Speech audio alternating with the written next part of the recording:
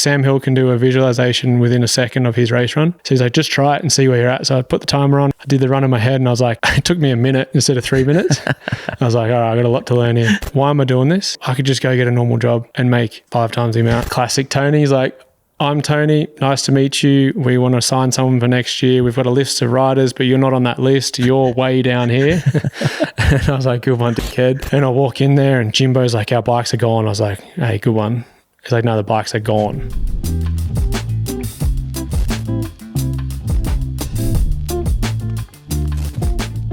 All right, we're in Morzine at Atlas Ride Co, the place to come if you want to check out an amazing riding holiday here in Morzine. And I am joined by Oli Zwar. Oli, welcome to the podcast. Thank you very much. Good to have you, mate. It's been a while. Like, I think we've chatted a little bit. Maybe we recorded a little snippet after your World Champs glory and here, in fact, in 2022. Mm-hmm. But other than that, we're not sat down for a chat. So I'm looking forward to hearing the story.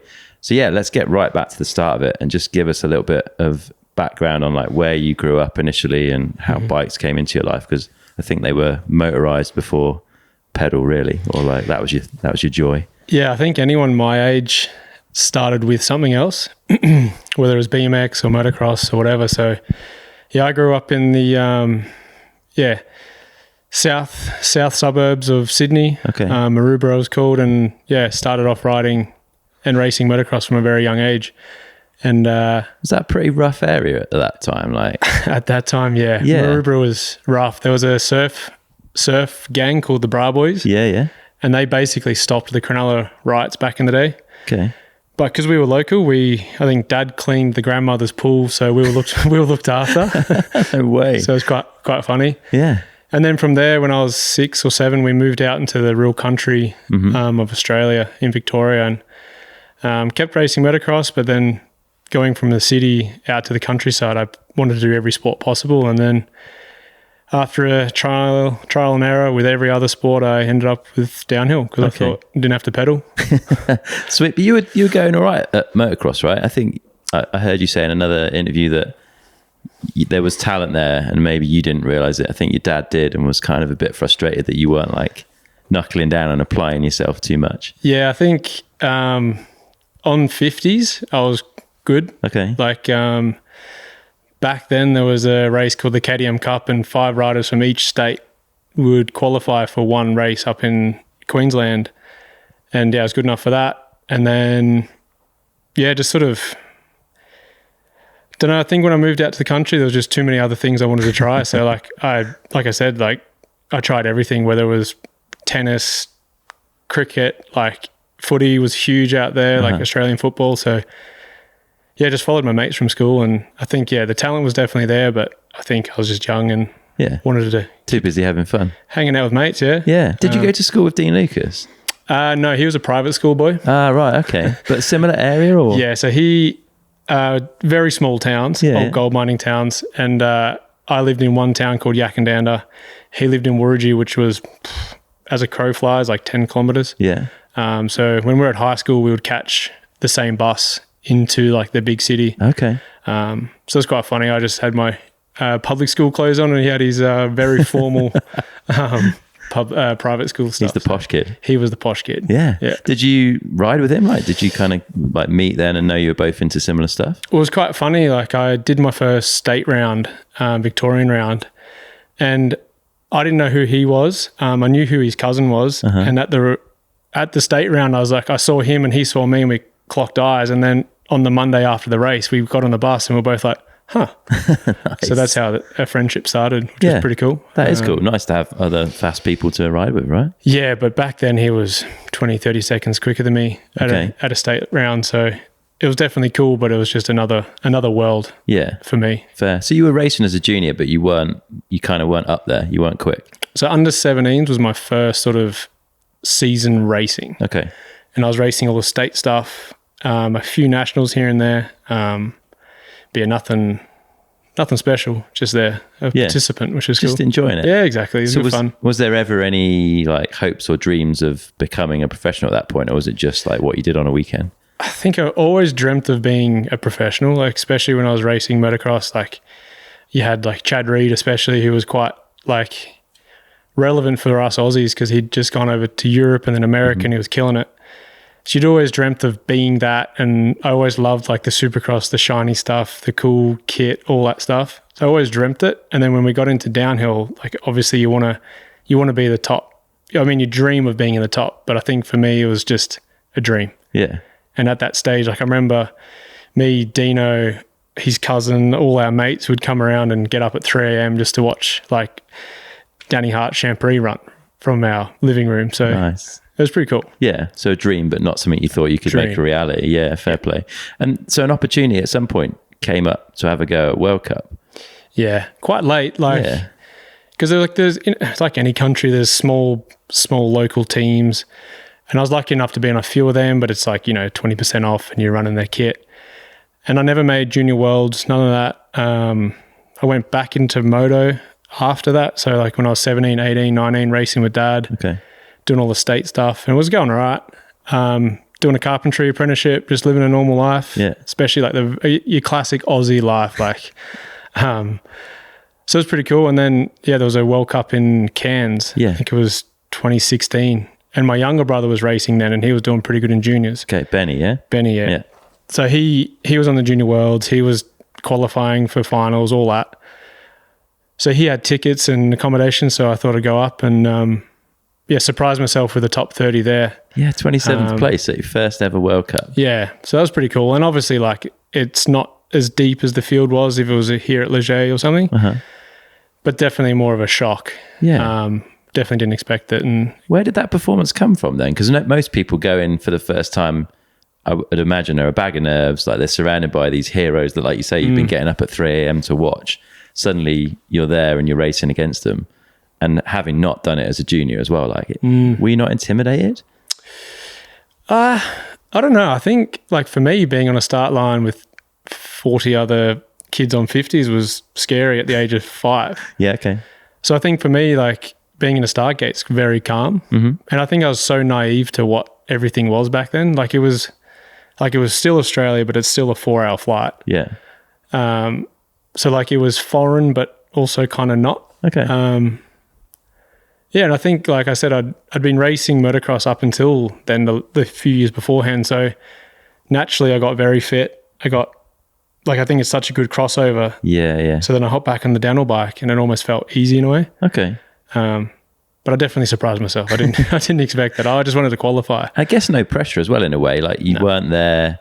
You're like following this crazy career path from juniors onwards. You were just like, oh, there's an opportunity. I'll go have a shot. Yeah, exactly. Like just use a bit of my annual leave from work and go up there. And like you said, no pressure at all. Yeah. Did that change anything in your head? Did you think, oh, maybe there is something here or not really? Yeah, because it definitely sparked something, because the rest of that year I used all my savings to go do Fort William, Leo Gang. Yeah.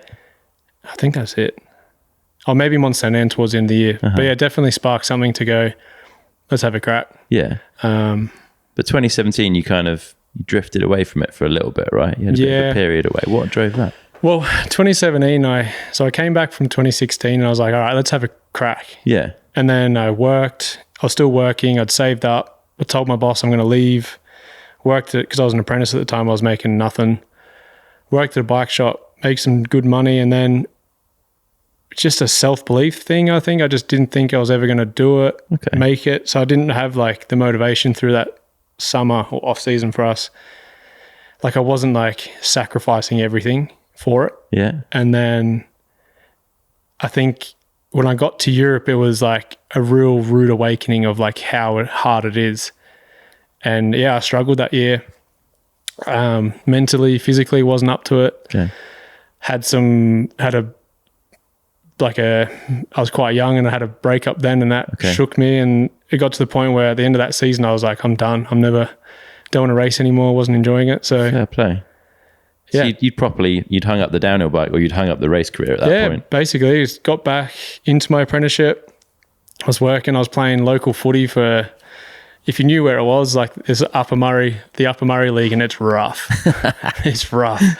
So I was up there and then just partying like with my mates, like just racing motocross again, just fell back into that natural Aussie lifestyle, country lifestyle. And it was good. I needed it. And then my brother was racing, and he had an injury, and there was a wild card for the last race of 2018. Bresse. Yeah. And I hadn't been training. I was, like I said, I was on the piss. I was working like tool trailer, everything, full Aussie. And we went over, and I qualified 58th or 7th or something. I qualified. Yeah, they just cut from 80 to 60 to qualify, right? Yeah. So I qualified, and I remember it was me and Dad, and like we just broke down because it'd been such a hard year mentally for me. Like, I think I was burying all of my emotions behind drink, partying, work, and all that stuff, like not really acknowledging it. Yeah. So then when we qualified, Dad was there. It was like a really cool, like we both broke down. Like it was a really special moment, and both just lit the fire in something. As Aussie blokes, breaking down is not the done thing as well, right? Like that's unusual. Especially Dad. Yeah. The only time I see him break down is usually with a World War II movie. Okay. Yeah. Towards the end. That's how you get him. Yeah. Yeah. But yeah, I think that was a real like, holy shit, like I can do this if I put my mind to it. Totally. So it was, light at the end of the tunnel, which was pretty cool. So back home, quit the apprenticeship. Yeah. Yeah, what did I do? I think I quit the apprenticeship. I was working for Dad. He owns a pool company, so I'd work with him. Mm-hmm. We mustered up some pretty good sponsors within Australia, like Lusty, which do Santa Cruz. We had Fox Australia back then. Yeah. We had a good little crew. And I think, we did our own privateer season, me and my brother, and we called it Zwar Brothers Racing. Yeah. And we had a pretty successful year for no budget, no nothing. Coming from the other side of the planet as well, exactly. Which isn't easy, right? So, we all flew over as a family. We spent the whole 3 months here. We bought a Sprinter. And when I say we, I mean mum and dad. Yeah. They supported us. Fair play. How old are you at this point, right? Early 20s? So it was 2019. So 24. Okay. Yeah. So that was late in the grand scheme of like World Cup racing. Exactly. So it was that was our first full season. Yeah. That was cool. And we had to we got selected for Worlds for Australia, which was we were the first privateers to do that for years. Yeah. Because back then it was stacked. You had Moy, you had Dino, you had Connor, Troy, Sam. It was a hell of a nation Mick. To get in from, yeah. So we both got in there, and it was a very cool thing. Yeah. Talk us through that, because Aussie support is maybe a little bit lacking, right? Like you get on the team, but you don't get a lot more. Yeah, we were it was a rude awakening. Like we dreamt of this position and our whole lives, and then we get the call up, and then, I started asking questions. Like, okay, where do jerseys go? Had to buy a jersey. And then we're like, okay, well, what's the accommodation like? They're like, there's no accommodation for downhill. And we're like, okay, there's only 2 weeks till the race. No. So we ended up booking accommodation in Quebec City, which is 45 minutes away. And it was lucky that I won the privateer award the week before in Leger. Yeah. So that actually got us tickets, me and my brother, to Worlds. And then when we were there, we'd got to know the Swedish Federation quite well over the years. So your mum's Swedish, right? Mum's Swedish, okay. Yeah. And he was joking like, if you come join us, we'll pay for you, stuff like that. So that year definitely started the whole transition into, being racing for Sweden. Yeah, what does that take? How do you switch nationalities? Because up to that point on the start sheet, you'd have been under Australia, right? Yeah, exactly. Just a few emails to the UCI and a quick read of the rules, and it's pretty simple. You don't have to sit out anything, or so you miss one Worlds. Okay. And if you go back, you miss 2. Okay. But it worked out good because it was COVID year. So yeah, perfect. It's funny how sometimes I lay in bed and go, what happens if I didn't swap, or because obviously we are still Australian. Yeah. But just the snowball effect that everything, how it all lined up with COVID, with changing the union, everything. It's so it's weird how well it all worked out. Yeah. What do you get with the Swedish system? Because it sounds like there's quite a lot of support there. Yeah, I guess every federation goes through their peaks and valleys. Okay. So at the time, there's a local, they call it the Dollar Sports Academy. It's a sports academy funded by the local government. Uh-huh. So they have, at the moment, they've got Jenny Risfords, Emilia Hansen, all the top Swedes all train there. So me and my brother moved to this town, and we started training with the with the academy joined the federation. Our coach was the guy at the federation. It was just a really good working circle. So at the time, they'd pay for our way for worlds, give us allowance, which is huge if you're privateer. Yeah. Like, it's a no-brainer. It's massive, yeah. Like, the year before we went making money, we got 50% off our frames, got some free kit. So to go, we'll pay your way. That's a huge thing. Huge. Yeah. So that was pretty cool. And then it's a bit different now. We're on a team, but they've still got good support for the younger guys that are doing well. Yeah. How's Oz cycling doing? I heard a few people kind of complain about the state of like racing and support and stuff back in Australia. And it would be a shame, right? Because we've got this big history of super fast Aussies coming into the sport. Like, what's going on there these days? To be honest, I don't know too much. I've been very separated from it, but like, it's been an issue since I was a kid. Like, you'd have these insane riders all from around the country, but would have this dismal national series at Stromlo and these other random places. And like, there'd be always kids you never heard of before because they're from Perth or Brisbane or whatever. But there was no series that would unite all the riders worth coming to or... Yeah.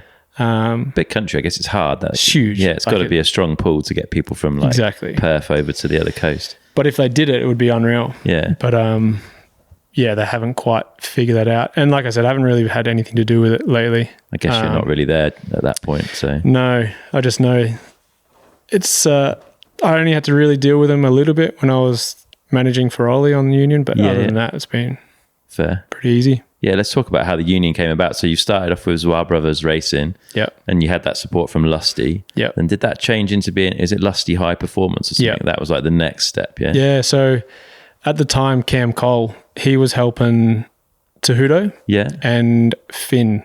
Hawkesbury Brown. Exactly, yeah. So he had a lot to do with High Performance, which is the importer for Santa Cruz. Okay. And then me, Benny, and then Little Ol were under Lusty.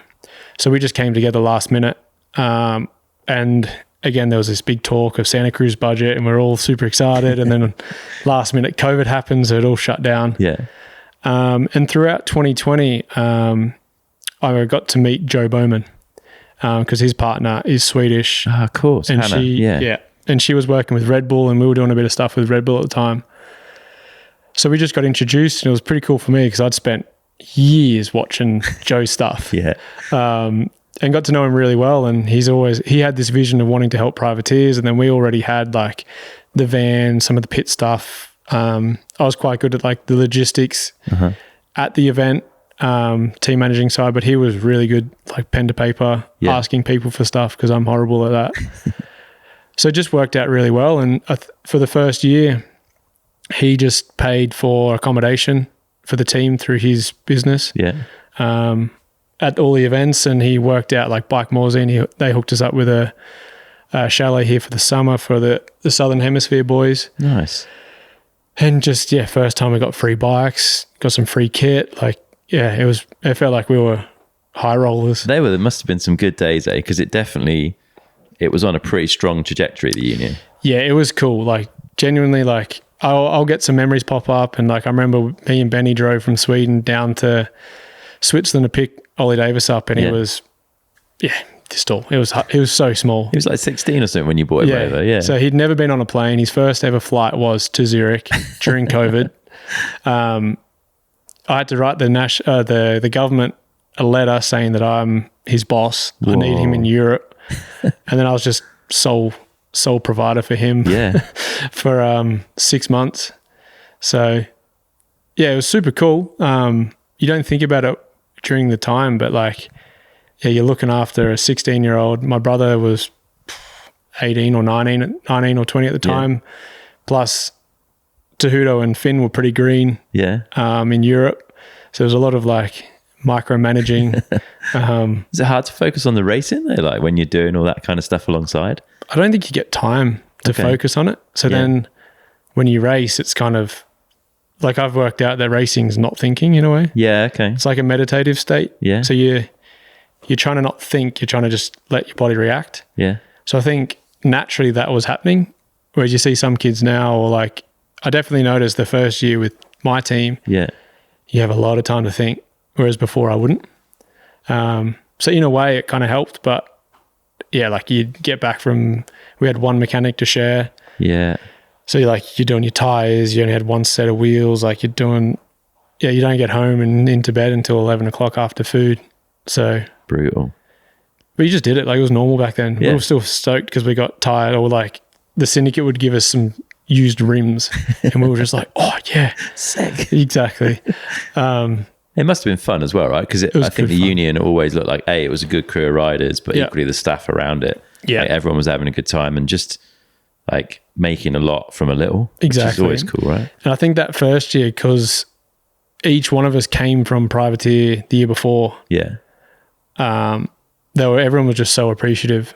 And even like leftover stuff we had, like I'd give Lockie Stevens McNabb stuff. Yeah. And he was so appreciative. So like we'd just try help the people that were not below us, but like getting less support than us. Yeah, yeah. So it was a really cool, it was a cool year because there was a lot of privateers back then. And I think because of what we did that year, it ended up snowballing all of these other privateer teams starting up, especially from the Southern Hemisphere, because I'm pretty sure nearly every single one of the parents of each team have asked me how to register a team. Oh, there you go. Because there was a little loophole. Like we'd come over the first year and you'd have no accreditation, you'd have no pit space, parking, nothing. Yeah. But if you could get 2,000 euros together, Yeah. register a UCI team, you get pit space, accreditation, car pass, all that. So it was a good little loophole. Yeah, it doesn't take much, eh? No. Just got to find the fine print of the rules and work a way around it. Exactly. Yeah, it's good to see. And lots of highs with the union, some lows as well. 2022, I think, Fort William, where the bikes all got stolen. Talk us through that from like a rider perspective. It was a hard one because I'd just come off not qualifying at the first round. Yeah. I had a brake issue and I remember I was so fired up because I knew I could do well. And Fort William, like it's not a place I love, but on that bike, I felt really good there. And I remember doing time training and that was back when it was just top 60 and I was out of the top 60. And I remember comparing my time and I was like, fucking hell, I'm like top 10 here. So I was like really, really fired up for the next day and I rocked up, had a good sleep, like rolling into the pits, feeling good. And then I see just look like, well, when you step on an ant's nest and they're just going nuts. Yeah. That was our pits. Oh. And I walk in there and Jimbo's like, our bikes are gone. I was like, hey, good one. He's like, no, the bikes are gone. So it was a pretty mad rush. It was race day as well, right? I think it was quali. Okay. Quali day morning. Yeah. So it was a mad rush. So like I think we had one of Luca's spare frames from the year before. So Lockie built that up or used that. And then randomly lucky that the syndicate had spare bikes and same size as ours. So I think Nika and Frida rode maybe Nina's bike. Nina's, I think. Yeah. Benny rode Greg's. I rode Petey's display bike. It was the beer one, right? Yeah. With like the beer bubbles and stuff all over it. So then and then I was asking the Olins guys if they had a shock spring. So I ended up doing quali on different suspension and brakes. I think we all qualified. Yeah, you did. That was unreal. Yeah. Yeah. So that was cool. Like I think it just shows you like just who, like not in an arrogant way, but like who we were as a team. Yeah, there was a lot of grit. Like, it's like, okay, you've stolen our bikes, but we can get, like, this is nothing in the end of it. Yeah. And it shows the support of the sport as well, exactly. right? Like everyone rallied around you that day and was like, right, what can we do? Yeah, it was huge support. Like Syndicate didn't have to do that. I think every other team was just offering, like we ran Datey bars, so I was running around to Scott trying to get Brendog's bars. Like, whoa. It was pretty cool. Very, very, very cool. Yeah, and you did all right, actually. Like the result, considering everything that had gone on, wasn't bad, yeah, was it? No, it could have been a lot worse. I think it was 20-something. And Lockie podiumed, I think, or fourth. Yeah. It was a good one. What can happen will happen. Yeah, and that 22 season was a bit of a kind of breakthrough for you as well, right? A couple of top 10s and then that 6th at World Champs here in Leger. Yep. Yeah, no, again, like it was a very like steady progression. So the year before I was like, just imagine if I could get a top 20. Like I just never expected it. I thought maybe if everything lines up, I could get a top 20. Okay. And Worlds the year before I got that and I was like, holy crap, that's sick. But then 2022 is like top 10 wasn't even on my mind. Okay. Like it was so far out of my reach. I just didn't expect it. And up until that point, like I didn't realize the speed I had. So like, for example, that Fort William, I was like mid-20s, but nearly ran off the track, different bike. Yeah. I had a few other issues at each round, but I didn't realize. And I remember at Andorra, Dak's obviously dating Frida, and he was in our accommodation, and he just come up to me and he's like, "You're on for a top 10 this weekend." And I was like, "Yeah, I think I am." Nice. So it was just something that clicked. And then again, like I qualified 32nd on a good run. Yeah. Which is a usual spot where I was. And then, I was just on the right end of the second there. So that didn't knock you? You didn't get that qualifying result and be like, oh, maybe I'm not on for a top 10. No. You managed to carry that? Because back then I was very like, I was a builder. Okay. So like it'd frustrate Dad because he'd be like, you just got to get faster in time training. And I'd go and do my fastest run and it would be like 40th or 50th. But it was just a subconscious thing. Like I didn't want to risk it when I didn't have to. Yeah, okay. And I'm still a little bit like that. Yeah. So like I was 32nd, but I'm like, I know I've got 2 seconds or whatever it was. So I just did a good run and 8th. Yeah. It was pretty surreal. Very didn't cool. Didn't feel real. Yeah. And then a couple more knocked off that year and it was pretty cool. What went on at World Champs? I love this track here. Like 2021, I qualified like 14th. And that was the first time I'd ever qualified up there. Okay. And I remember that's when it was rained for the last 20 riders. Yeah. And I remember being at the top by myself, no rain jacket, no nothing, no dry tires, pissing down. And they're like, and I just sat there under like some random umbrella. So yeah, it's somewhere I've always loved. Yeah. Really liked it. And then it just, clicked. Had a good run. And it was 6th.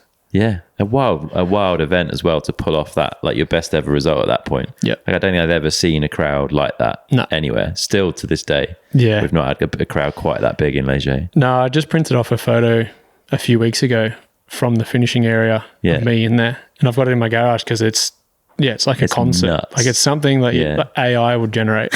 Like it's pretty sick. Yeah. Very cool. I think it just all clicked. Like the confidence was there. The bike was good. Like love the track. It just sort of all clicked. Nice. And starting to turn some heads that season a bit?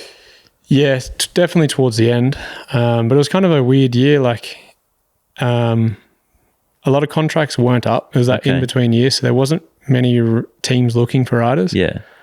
And I think it was just Canyon and FMD that was sort of up. Yeah. That really approached me. So how do you remember meeting Tony and the start of those talks? Because at the time, Cam Cole, he was managing GT. So I was messaging him and he was helping me out a little bit. And he's like, well, we're shutting down soon. We've got some, like, we're not doing anything, but I'll help you. And he texted me after quali at Valdesol and I just qualified 10th. Uh-huh. And he texted me saying, hey, can you come to FMD now? So I rode over there and I'd never met Tony, but I'd asked for marsh guards off him in the past and been quite scared of him. Yeah, fair. And then classic Tony's like, I'm Tony, nice to meet you. We want to sign someone for next year. We've got a list of riders, but you're not on that list. You're way down here. And I was like, good one, dickhead. And then, we had a meeting, I think, after the race. Just sort of said what I wanted and what they could offer. And it was the first time they'd gotten a rider sort of away from their like development pool outside of the UK. So it was a big move for them and huge move for me. It was cool. Yeah, big change, right? Was it hard to leave the union? Because it's like, you are the foundation of that project. Yeah. And you obviously had a good time there and you were, developing talent that have subsequently all moved on to bigger and better things as well, which is mega cool. But I guess at some point, you outgrow it in a way. Yeah, like I think by the end of that 2022 season, like we had Walker managing. Yeah. But it was quite hard for me because obviously like it was in a way my baby or like I took so much pride in how it looked. And I think in a way like what didn't help us when me and my brother were privateers was how professional we looked. Uh-huh. So no one really realized how privateer we were. Okay. So it was definitely hard leaving, but I think by then I was like, okay, I'm pretty keen for a mechanic and just to lay back and enjoy it a bit more. So Yeah, definitely. It was bittersweet, but yeah, it's kind of like a no-brainer. Yeah. How was it settling into that full factory vibe then with the first year of FMD? It was good. Like it's just anything. Like you hear people like, oh, like be careful. Not be careful, but like the Seagraves family are away. Like it's Tani's team. Yeah. Tony can be this, but I'm very chill, very open-minded, and like I think with that team, you either fit in or you stick out like a sore thumb. Yeah. And we went. He flew us around end of October or something and stayed at theirs or near theirs for a night or two and hung out. And straight away, like got on with Chaos, got on with Tani, like Phoebe, like we just gelled. It's a cool bunch, eh? Exactly.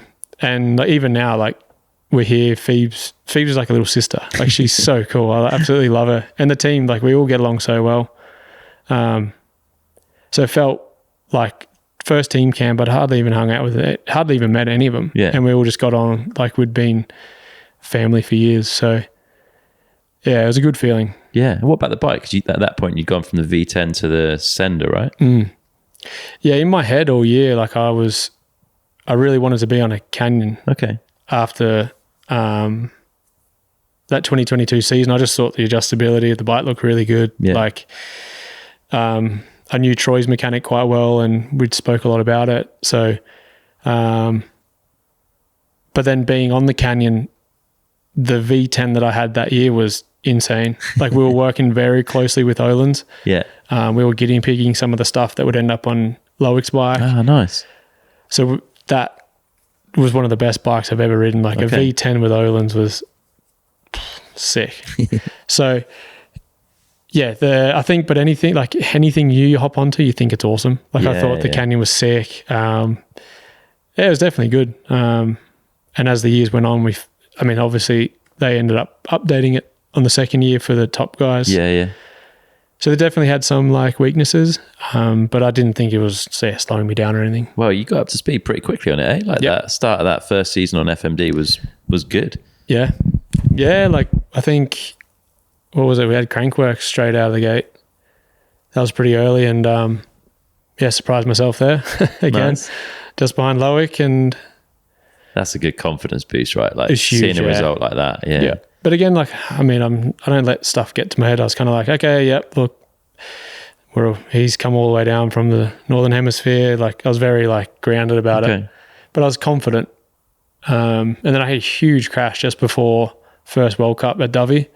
Went head first into a tree, and I was lucky not to break anything, but I was battered big time. Concussed or just like bruised? Whiplash. Okay. Yeah, so like I had pretty shitty vision for like a good week and a half. Okay. My whole right side was just yellow from the tree. Oh man. It was huge. Like it was a good like 30 Ks just to stop. There's a GoPro of it on my You phone. must have strong collarbones, mate. Yeah, I'm very surprised. Yeah. I didn't break them. Yeah. So coming into Lenzerheide, I was like confident, but I was a bit like, I wasn't even sure I was going to race.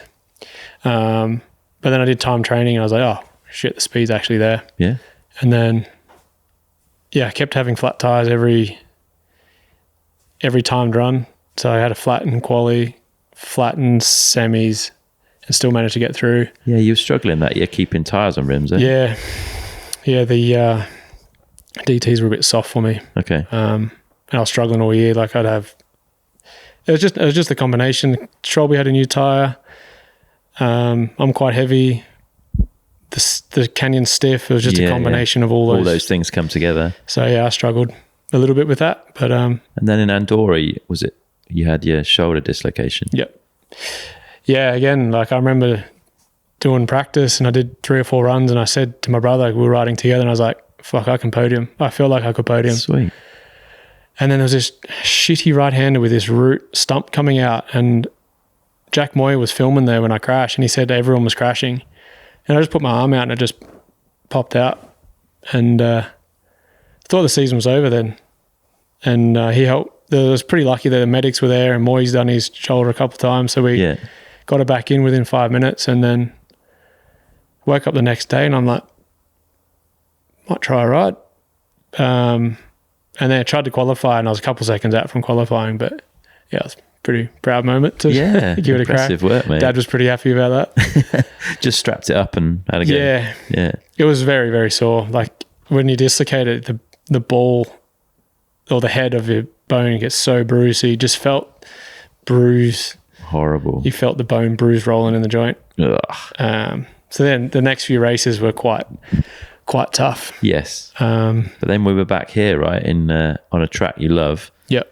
And again, so painful. It was only 3 weeks after the dislocation. Yeah, so you're riding with like a very unstable shoulder, I guess. Yeah, the amount of tape I had on my shoulder, painkillers, but I felt good. Yeah. Like time training, I was right up there, and in my splits before my season-ending crash, it was 6th or 7th as I crashed. Yeah, what happened? Was it again? Did you just tear a tire off the rim? Or? Yeah, it's that real tight left before the famous Reese's Scottish jump. I felt my tire was a bit flat halfway down that run, so I knew me being a big boy, that corner when my rim's good's bad. So I braked so much coming into it, and I've just turned, and it's just I just delaminated off the rim, and I went flying, and then shattered my wrist. Shattered everything really. Shattered your dreams. It was, I just kept trying. Like it was just like it hit the head, and I was just trying to race. And then the results were still kind of good. Like I had a couple top 20s and around that top 20 with that stuff. And then there was the shoulder, and I missed out on semis with the shoulder by like 0.1 at Loudonville on a track that doesn't feel good on any shoulder. Yeah. So then when I was sat there and I looked down at my wrist, and it was pretty bad. I was like, fucking hell, why am I here, sort of thing. And it was just a time to accept the year and sit back. Yeah. And you were in hospital at the same time as your brother. Yeah. So I was sat there in the small little hospital in Leger, and then little old came over because he saw I DNF'd, and he's like, oh, where's Benny? And I was like, what do you mean? He's like, oh, Benny didn't finish. I'm like, oh, fucking hell. And Mum and Dad they'd been there for Andorra, but they'd gone home back to Australia. Yeah. So they're up at 3 a.m. and wondering what's happening. And then my partner's at home wondering what's happened. And I'm sat there. They're about to straighten my wrist because it was, like a snake's tail. Oh, man. And then I hear Benny trying to like spell his name out to the Frenchies. And then I get up, I'm like, Ben, what the fuck are you doing here? He's like, what the fuck are you doing here? And he'd done his same wrist as me, but a different injury within the same sector. No way. So you couldn't even script it, sort of thing. So it was a pretty, shitty moment. It's a bad weekend for the Zwar brothers. Yeah. And ultimately pretty bad for him because he still hasn't been able to race since. Yeah, where's he at to with that? Like, how was the injury different from yours? So I shattered the radial head into a million pieces, whereas he did his scaphoid, and I think he's done something lunar. Okay. So it's all of the metacarpals he dislocated, tore a nerve, like anything in that hand there, he did it. Yeah. So he had surgery on it, which he said was gnarly because in France they don't put you under. So he just sat there for 3 hours hearing them talk French, pulling on his arm. And he had pins in there for 6 weeks, and then it's got no range. Okay. And then he just didn't get better. I got to a point, but he still couldn't ride a mountain bike a year later. Yeah. So there's an Aussie hand surgeon. They did it looks like a golf tee made out of carbon fiber in there. Yeah. Hasn't made it any better. So I think there's this last resort where they fuse 4-corner fusion. They fuse it all, and I don't know. He's poor dude. I feel for him. Yeah. It's brutal. Yeah. And going into the next year, I struggled. I realized that one of the main reasons that I loved doing this was because we did it together.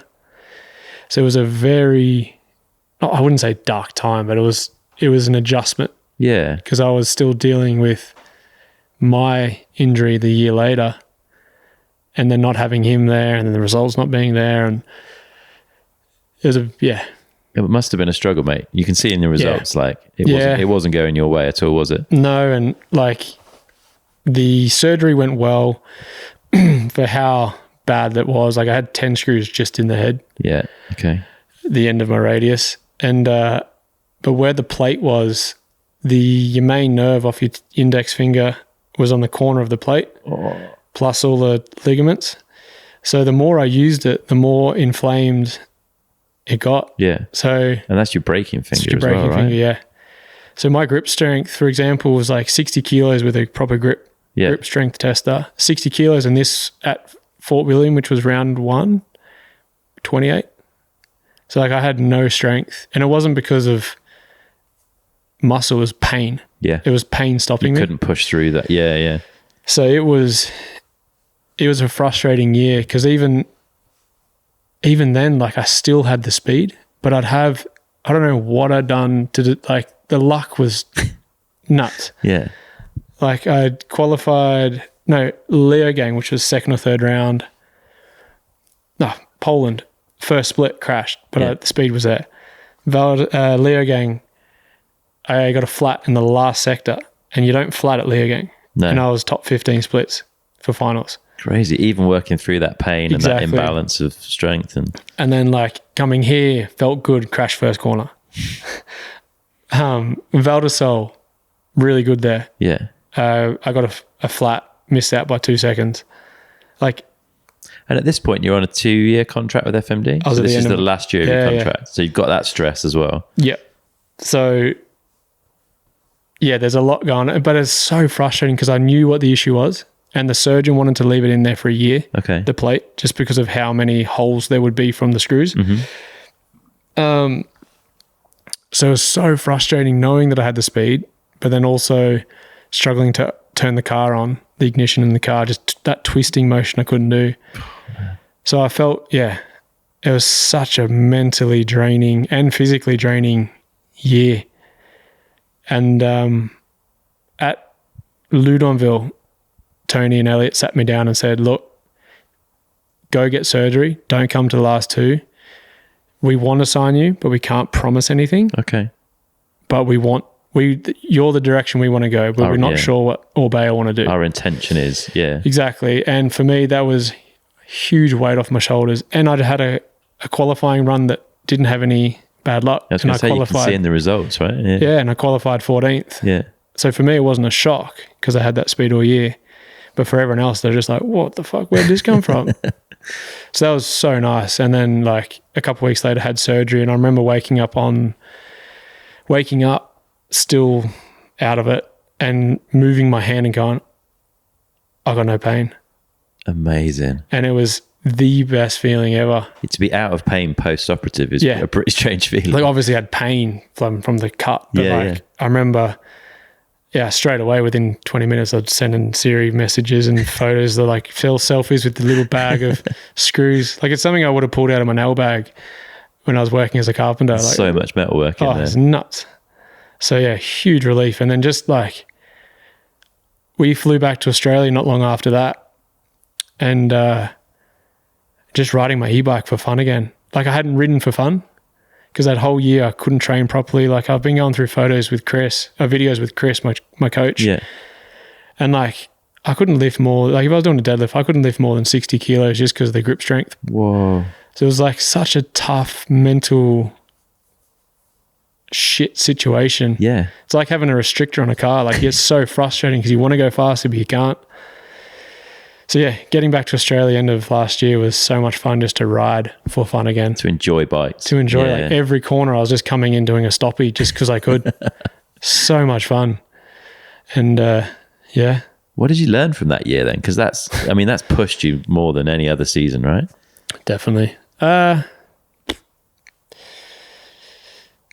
don't know. I don't know if there really is a lesson. It's more just stick at it or like don't give up. Yeah, like a resilience thing maybe. And I never let it get to me too much. And I think one of the biggest things I've learned throughout this is like your support network. Yeah. And like it's a dark place when you're by yourself, but when you've got like, it's quite funny how we've spoken about it a lot. They're like, the racing side's been dark and shit and whatever, but like last year with my personal life with Siri and my family is like one of the funnest years I've ever had. Cool. just because we lived, like, I think because I knew what it wasn't going my way, I wasn't dwelling on it at home. Okay. Or I've always had a very good separation of like, got all my racing stuff here, but as soon as I get home back to my life, we don't really think about it too much. That's cool. So I think it's just more be very grateful for the family and support I have. That's good to hear. And I guess in some ways it's not easy, but like it's different, isn't it? Not having the speed and not knowing why versus having like, okay, this really hurts. There's metal in there.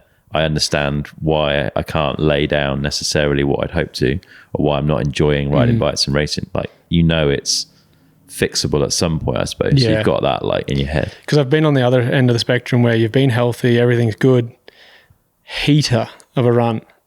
But I remember 2017 Leo Gang, mint run, 112th. This is like back when I was trying to make it. Yeah. And I remember saying to my partner after Leo Gang this year, it's like I got 16th and I was a bit annoyed. But then it's like, it's 100 positions further up than a mint run.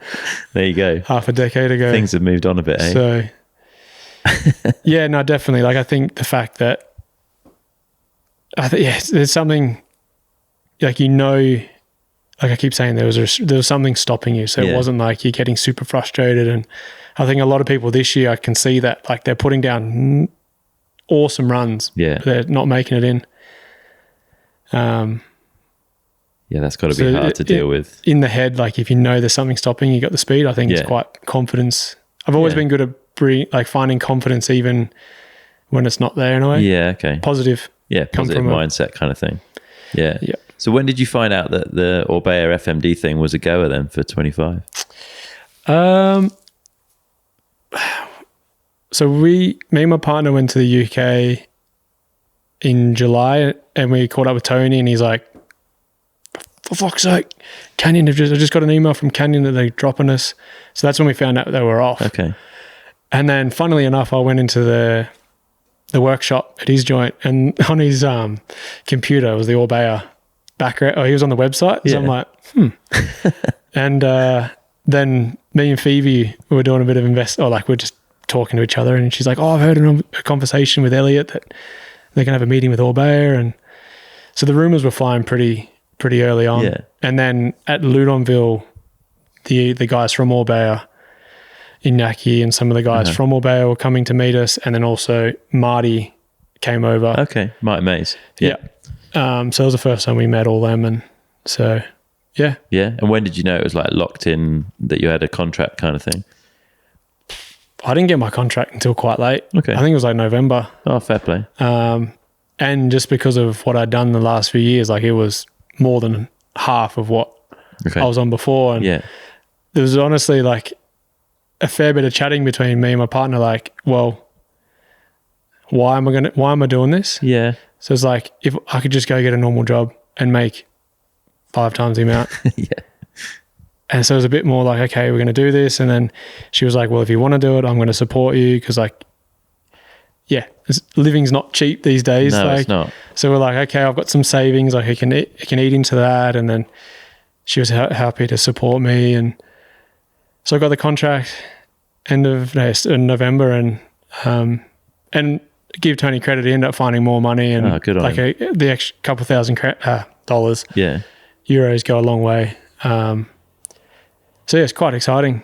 But then we kind of didn't really hear anything for a while because no one really knew when the bike was coming. They sent one of the Orbea Wilds out, e-bike pretty early on. So I was just riding that. It was sick, good fun. When did you swing a leg over the downhill bike? End of January. Okay.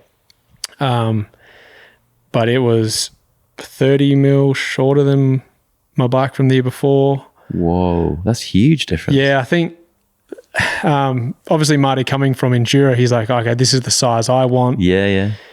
And he's ended up going way longer than he thought. Yeah. So I think it was just a bit of just one of those. Just took a bit of time for it all to get kind of worked out. Yeah. Because it's a development project, right? Exactly. So like the bike I first rode, way too short in the front, way too short in the rear. Yeah.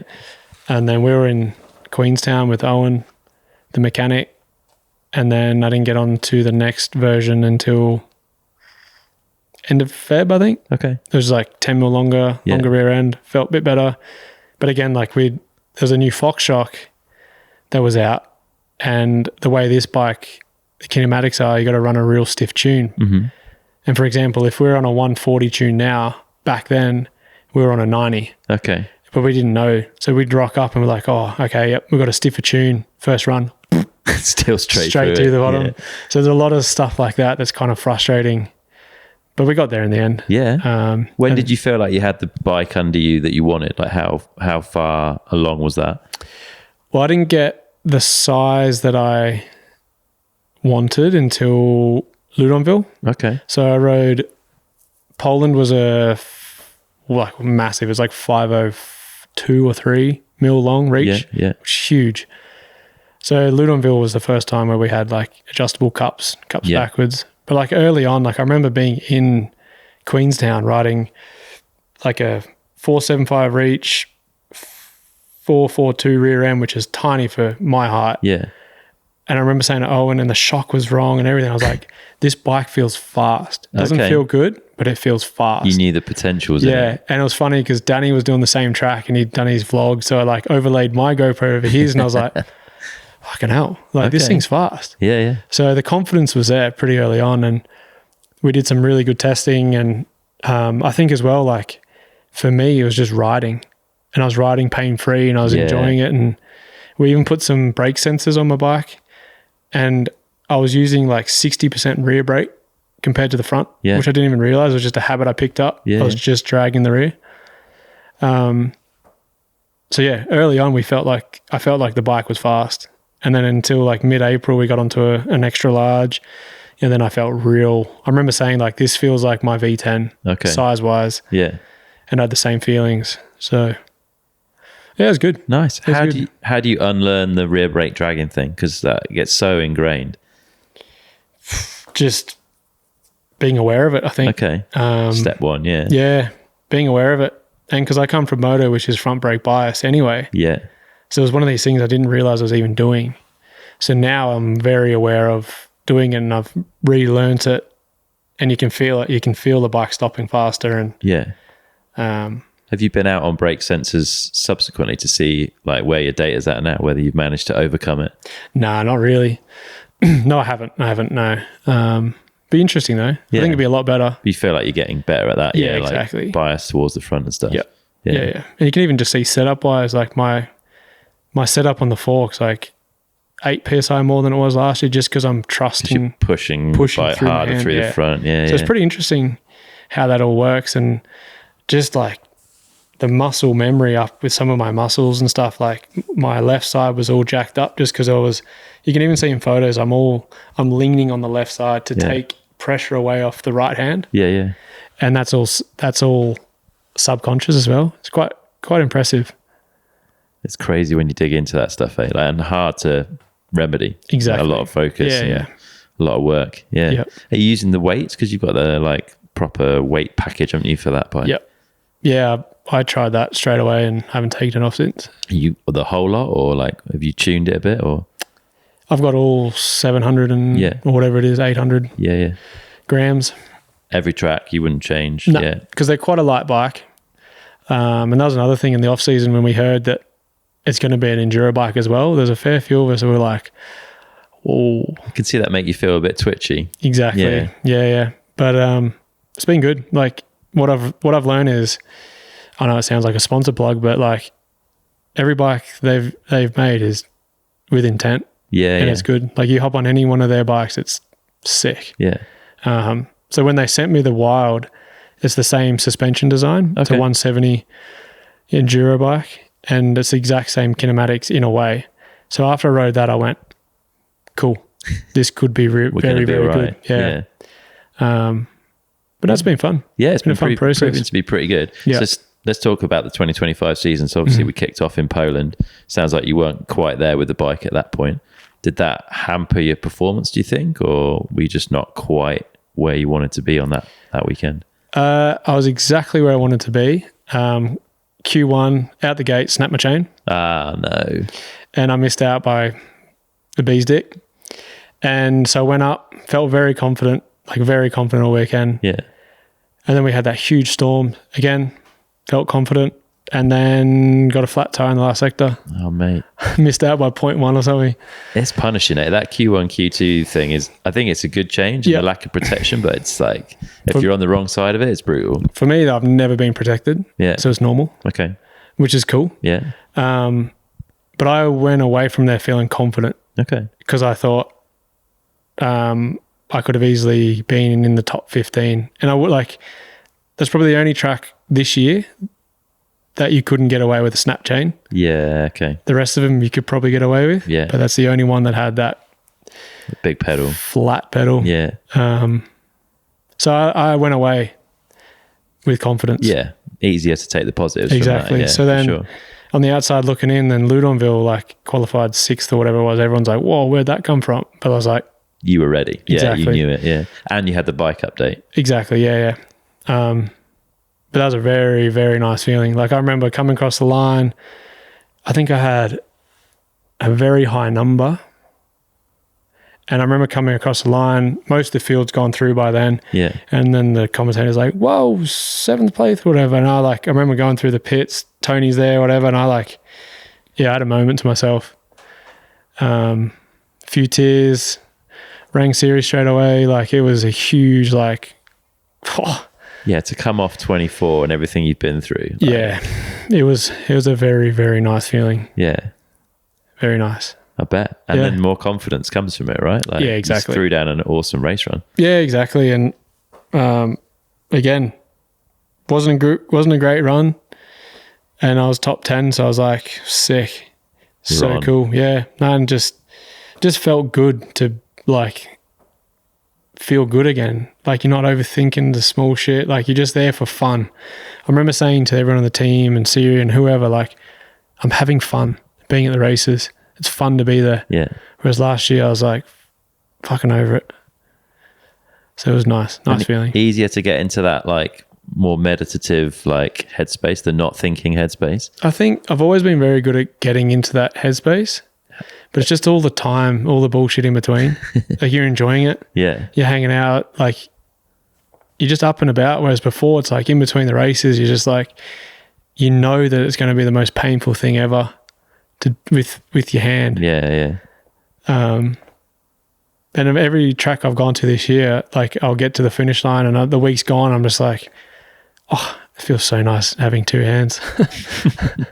Have you got a technique for getting into that headspace? Is it just something you find easy, or have you got ways that help you? I think it's come from privateers. So I never had music. I never had any of that because I was up there by myself. Oh, you can't bring it down. Yeah, exactly. And this year's the first time I've used music. Okay. I think, just, I don't know, before I just stare at shit and just not you're just trying to actively remind yourself not to have any thoughts. Yeah, yeah. Just before your race run, and a lot of visualization, and now I've got a pretty sick playlist, and same one every race. Yeah, I have this one song, and it's not my typical music. I listen to a lot of Aussie sort of skegs sort of stuff, but this is drum and bass, and there's this real chill head bop song that I just play and repeat as I'm putting my helmet on and stuff, and it's pretty cool. Yeah. Gets me excited thinking about it now. Ready to go. That's cool that you feel like you're in that moment when you hear that song kind of thing. So, yeah. You're big into visualizations, right? Yeah. Yeah, I learned it a long time ago. I had a coach, Todd Schumlick, and he just said, give it a go. He's like, Sam Hill can do a visualization within a second of his race run. So he's like, just try it and see where you're at. So I put the timer on. I was at Lenzerheide. This is 2019. Yeah. I did the run in my head, and I was like, it took me a minute instead of 3 minutes. I was like, all right, I got a lot to learn here. And it's just if you're learning a new track, like Latwil, if you can memorize the track before you do practice, you know what's coming up. Yeah, yeah, you're ready. Exactly. And then you can practice harder, right? Better. Exactly. And if it's a technical section, I've noticed sometimes in my head, I'll make a mistake sometimes. So you can kind of see what would happen, but then you go back and then you do the line you want to do. So you do backup lines. In a way, in your visualization. And it's something that I don't plan on doing it. I just know, if I went wide here, this is what it would feel like and look like. Interesting. So how many visualizations would you do on a given race weekend? Well, over race weekend, it'd be a good 20 from... It's harder when you know, like say Valdesol is pretty much the same. Yeah, okay. Or Leo Gang's a good one. Yeah. It's like so easy to remember. Yeah. So it's quite hard to do them, but you want to, I'd do a couple like after track walk, in between practice sessions now that they're split up. And then before the race, like throughout the race days, like in the morning, a lot of the time it's when I'm laying in bed before I'm trying to sleep. Yeah. Which is also quite hard because then you feel all the like your race day emotions and it takes you a while to fall asleep. But yeah, just a lot over a weekend. Yeah, a lot of laps, extra laps, right? Exactly. And what's in your visualization? Is it just you and the track? Are there fans there? Is there noise? Like what's happening? Well, when we're doing when I'm doing a race run, I don't hear or see the fans. Okay. So it's kind of like what a race run would be. Yeah. And then sometimes across the finish line, you feel like there'll be times where I'm like, oh, I could do really well here. And then you feel like what it would be, not so much to win, but like to come across in the hot seat, crowd. And you're getting that emotion. Yeah. Do you even hear, you don't hear the crowd when you're racing? Not really. It might be like if there's a jump or something and you get a second, like, I've noticed when I'm in the air, like I'll stretch the fingers out. Okay. So it's those moments where you might just hear like something's allowed in. Yeah, or your name, or if there's a Swedish fan and they're yelling in Swedish, you might hear that. You might notice it, yeah. But for the most part, it's just pure tunnel vision, which is mad when you think about it, especially when you look at like Leger 2022 and you see the crowd. Yeah. And you don't hear them. It was like it was many people deep the whole way down pretty much, right? And you don't hear them. It's crazy. Yeah, you're properly in the zone at that point. Good on you. So yeah, Ludenville, finished 9th. Mm-hmm. Confidence is building. Yep. And then Leogang, you went to Q2, I think, again in Leogang, yeah? Yep, struggled a bit there. Bike set up again, or not again, but for the first time we sort of found out its weakness. Uh-huh. So I had to change to an air shock to try to get support, which helped in the end, but I felt like I was on a couple runs behind. Like on the back foot a bit. Yeah, and it wasn't until after Q1 I was like, okay, we got this. And then I put down probably one of the best runs I've done all year. I've always struggled at Leogang. I haven't qualified there for 4 years or something. So it's like a tough track. So I was very, very pumped after that Q1. And then average race run, made a mistake. I hit a rock. Oisin crashed in front of me and he knocked a big rock out. And I didn't. Oh, no way. And again, like if I was 0.5 ahead, like you're top 10, 0.5 back out of the top 20. So it's just tight racing these days. Especially there. So no, I went away 16th. I was pretty happy. Yeah. And then into Valdesol. Best result of the year so far? Yep. On one of the like best tracks of the season, I guess, like the track that everyone seems to want to do well on. Yeah, and I think it's the one that everyone's scared of. So it feels good to do well there. And again, didn't feel like amazing run. Yeah. Just a smooth. Me and my coach Chris have been calling it Smooth Plus this year. Okay. Because I'm a very smooth rider. But these days you can't just get in being smooth. So we call it Smooth Plus. Yeah. And that's kind of what my style is at the moment. So a good Smooth Plus with a few mistakes, and I was 7th, not many seconds behind. Yeah. It was sick feeling. And a good test of the bike as well, right? That track's brutal. Yeah, and I think these days they're all good enough. And I'm heavy enough that even if it's not good, that I'll push through whatever's not what's not good about it. But yeah, there was a good feeling there. It was nice. Yeah. And how was La Tuile, man? I think everyone seemed pretty stoked on that place. It was a hell of a track. Yeah, I was very, very confident there. Like I did qualifying and I felt like I just did a 80% run and I qualified top 10. I was like, fuck, we're on here. But then tried some new things with the fork just because it's so steep and I am heavy that the fork was just pushing through. So we ended up going the wrong way. Mm-hmm. My own fault. Shouldn't have done it. And then what did you do? We tried a new air shaft. Okay. And then we just tried to slow down the rebound, but we didn't realize how much rebound actually holds you up. Yeah. And yeah, in my race run, like the fork was just diving, and ultimately it's why I crashed. Nearly crashed another 3 or 4 times because of it. Yeah, on a track like that, if the fork's diving, you're going to struggle, right? And I hated to sound like one of those people like, oh, I went the wrong direction. My fork was diving up, but like I felt like I was riding a wild bull. Okay.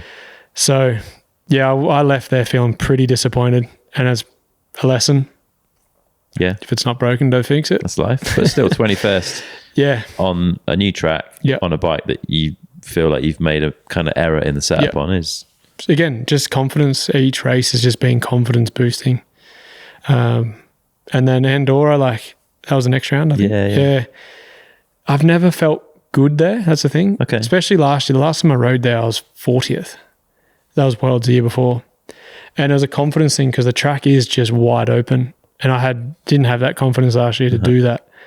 So I didn't feel confident at all coming in. I was like, I might struggle to qualify here. And then practice, I was like, there's nothing to the track. There's nothing that separates the people. So then quali just did a smooth run and I was like, fucking hell. Smooth or smooth plus? It was probably smooth. It was smooth. Yeah. Just felt like a smooth run, and my race run was just smooth as well. Yeah. The race run before I crashed, I was like, I just want points because I'm sitting pretty good in the overall. Yeah. I was like, I just want points.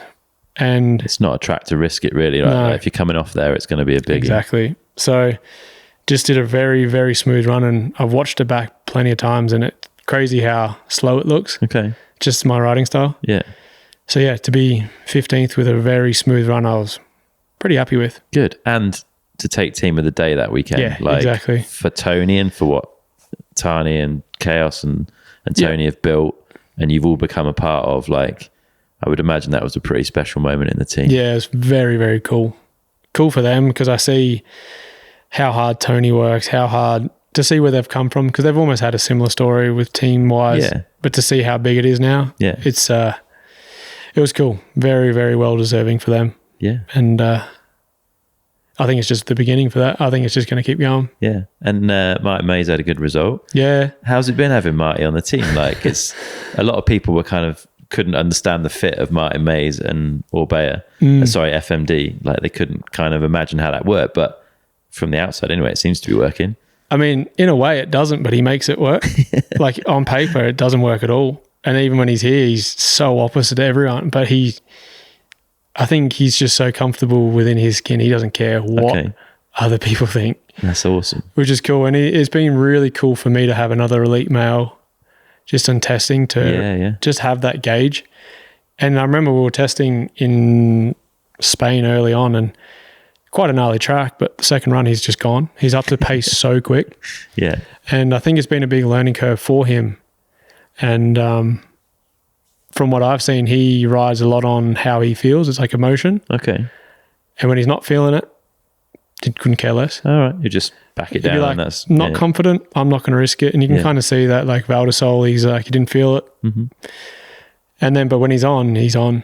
And it doesn't take much for him to be on. Like, he went riding Pila the day before La Twille, and they were just vibing so hard. And it shows once he's in that mood, he's pretty fucking quick. He's very quick. He's dangerous on a track where he's happy, right? Yeah, exactly. For sure. And he just makes it work. It does everything different, but he just makes it work. Do you practice together? We were at the start. Because he was struggling a lot, he'd follow me. Okay. And actually Andorra, he was riding behind me. And I remember he's like, I said to him, like, fuck, I feel shit. He's like, I didn't want to say anything, but like, you're not going very fast. So I made a few changes back to what I had before, and then it just clicked for me, and he goes, you're flying now. So I think, we do where we can. Yeah. But we're also such different riders. It's like, it could be detrimental potentially as well. Like, and he's on his own program. Like, he'll wait for the whole, because there's so many riders, they're all queued up an hour before. He'll just roll in like halfway through practice and just smash them out and then pack up and go home. So he's working out what works for him, and that's good. Yeah, it's good to have different characters in the sport, right? Yeah, I think it makes it fun. Yeah, for sure. No, it's been good fun. Cool. What have you been up to in the break? Not much. We've moved into a new house. We've just been enjoying our last summer of just us two. Yeah. You've got a little one on the way. Little boy on the way. Congratulations. Thank you. So that's exciting, and what have we had? We had a break-in. Oh, no way. You mentioned on message. Yeah, what happened? So my partner has a tendency to have some night terrors or sleepwalks and stuff like that. So it's quite normal for me to say, come on, lay down. And she got up and she's like, I'm not sleepwalking. There's someone outside. And I was like, oh shit. So I get up. It's at 3 a.m. I run outside. The garage is open. My motorbike's gone. So then the rest of it was just all instinct. Like I run inside, put some clothes on because I was stark naked, grabbed my car keys, reverse out, and they were trying to start the bike down at the neighbour's joint. Yeah. And then by the time he started it, I got reversed out onto the road and chased after him. There was a car and my motorbike, and there was a T intersection, and I caught up to him just before it. He looked back, he saw me, and then gave it a big twist. And then as he started to turn, I rear-ended him quite hard. And then he sort of did a moto GP high side, flying, landed in the ditch. I stopped, hopped out of the car, sprinted after him, but I had no shoes on, so I couldn't catch him. So yeah, But you got your bike back? Got my bike back. Yeah. Turns out it wasn't insured, which we thought it was. So that's lucky. So that was some of the break. Eventful. And then just been hanging out, road riding, e-biking, just enjoying. We've had quite a warm summer up in Sweden, so just enjoying life. Have you been here long? Have you got much laps in before? Or? No, I've done 2 days here. Okay. I think I've gotten to the point on the bike where I can't really change much. Did 2 days here and feel good and ready to go. Yeah. On a track that you really like. Yeah, I don't want to get ahead of myself, but I'm due a bit of luck here after the last few years. Yeah, it feels like it, eh? Yeah, I feel like I could feel confident. Good. I'm glad to hear it, mate.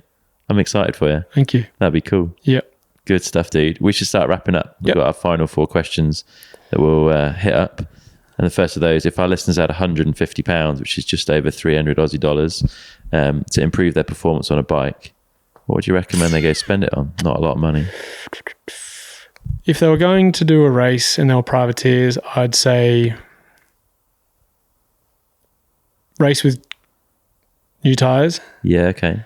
Just for race run, or would you put them on just for the whole weekend? Well, if you had €3 or 150 euros, I'd say get some friends. Yeah. Get some tyres from other teams. So I'd always get tyres from Intense Boys back in the day because Dino and Moy. Yeah. So I'd use their secondhand tyres and then I'd go buy a fresh set for race. Okay. And then if you got some money left over and you don't know how to bleed brakes, go get your brakes bled. Yeah, it makes a big difference having brakes that work, eh? Yeah. That do exactly what you want when you want them to is pretty important. Yeah. Good. I like that. We've never had that one. Good stuff. Second one, if you could wind back the clock and sit down with yourself age 16, what advice would you give him? Because you were obviously pretty late to the racing or the World Cup racing side of things, at least. I've thought about this a few times. Like there's a part of me that would say like, you can do this, so crack on at that age. Yeah. But then now that I'm 30, I look back, I haven't missed out on anything. Yeah, yeah. Like I've lived like a proper 18-year-old life, go out party, do all that. I'd just say fucking enjoy it. Yeah. It'll work out. Does that make it, like the fact that you've done the partying, does that make it easier to sacrifice things and be a pro athlete now? Like you don't feel the need to have a blowout when other riders might have never had that opportunity. Exactly. Like I'm here, when I'm at a World Cup, I'm here for a job. Yeah. And I don't find like I don't need that. Like even if I go win a World Cup, I'd have a couple beers, but it's all out of my system. I don't feel like I need to go write myself off. Yeah. Like, I don't know. It's just different now. Yeah. So I don't know. It's sort of a nothing answer, but just enjoy being 16. Yeah. Let it come to you. Yeah, exactly. Yeah. Just enjoy it. Good stuff. Third one, if you could have a coaching session from anyone, past or present, who would it be and what would you want to learn from them? I reckon if I was younger, I think being able to follow Gwynny back then, when he was track days, really changing the sport, as in training really hard. Yeah. Because just seeing what they did, because I was the older brother. We were privateers. I never had it wasn't like I was on a team when I was a junior to see what the pros are doing. Yeah, okay. We'd rock up and go, I think this is what we do. It was a guess. It was a guess. Yeah. And then ultimately Benny learnt from me and he adapted quicker. Yeah. Sort of same with Jet and Hunter. Yeah, okay. Like Jet learnt from Hunter because of all the mistakes he made. So I think, hanging out with Gwynny for a week or so when you're young would be pretty eye-opening. Yeah. Do you think you could have ridden in that style that he had back then? Like it was quite aggressive, like stiff bike. I guess. I don't know. Yeah. I think... Because your style's more fluid, I think. Yeah. Like you're closer to the way Gwyn rides now than the way Gwyn rode then. I think as well, just how the bikes and everything was, small bike, everything was... Yeah, you needed stiff to probably. and short. Yeah. So I think you just learn a lot of stuff off the bike, what they'd do. Yeah. Oh, for sure. Like, because that's the they were stuff. dialed. Yeah. Yeah. Like you don't know about visualization until someone tells you. You don't know about checking fork pressure until someone tells you. Like you just run it. Yeah. Just work it Naive. out. Yeah. Things have changed, mate. Things have changed. Yep. All Big right. time. Last one. What's something you do every day that you feel benefits you? Good question. Being with my partner, I think. Okay. Yeah. You saying that because she's sat over there? No, saying that because she really helps. That's cool. I think it's just a good